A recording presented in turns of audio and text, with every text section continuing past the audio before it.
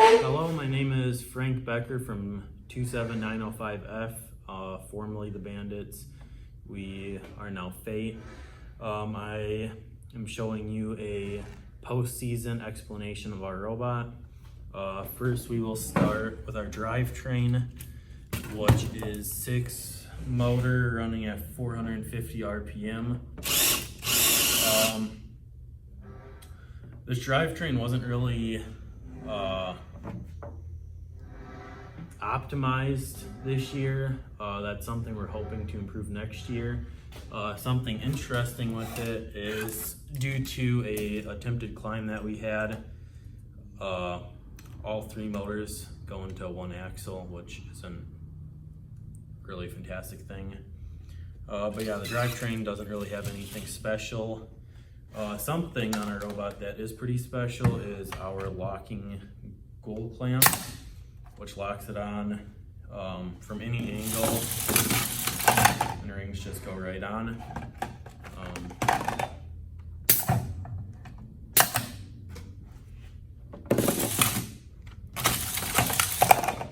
So that was something very interesting about our robot, and with the fact that it locks, it has an over center lock, so it's very secure. We never got gold stolen.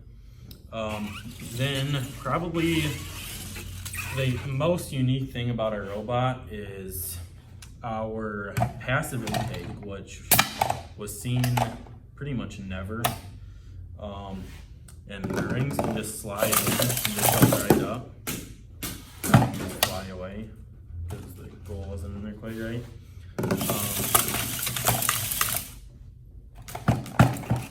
Or something's loose. Oh, something's loose. That makes sense. Okay.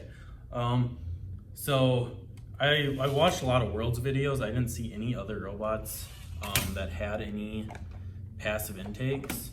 So that was another very unique feature of our robot. Then we just had the Lady Brown, which wasn't quite coated in. But it worked decently well. When it did finally get coated, the coat's broken now. A couple other unique things about our robot is we have, for autonomous, we didn't have odometry, so we went with double stacked inertial sensors because they drift in the same direction.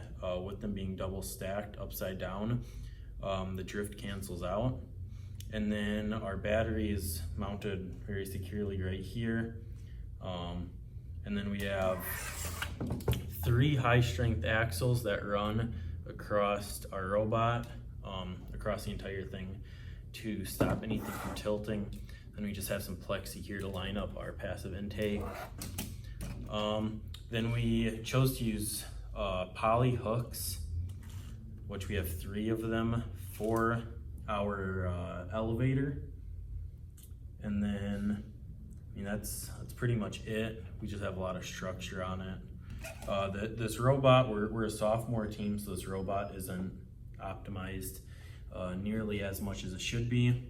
Oh, another interesting thing, our doinker right here, we have hooked up directly to a piston, and I drilled and tapped a high strength axle so that way it could go from a piston to the standoffs.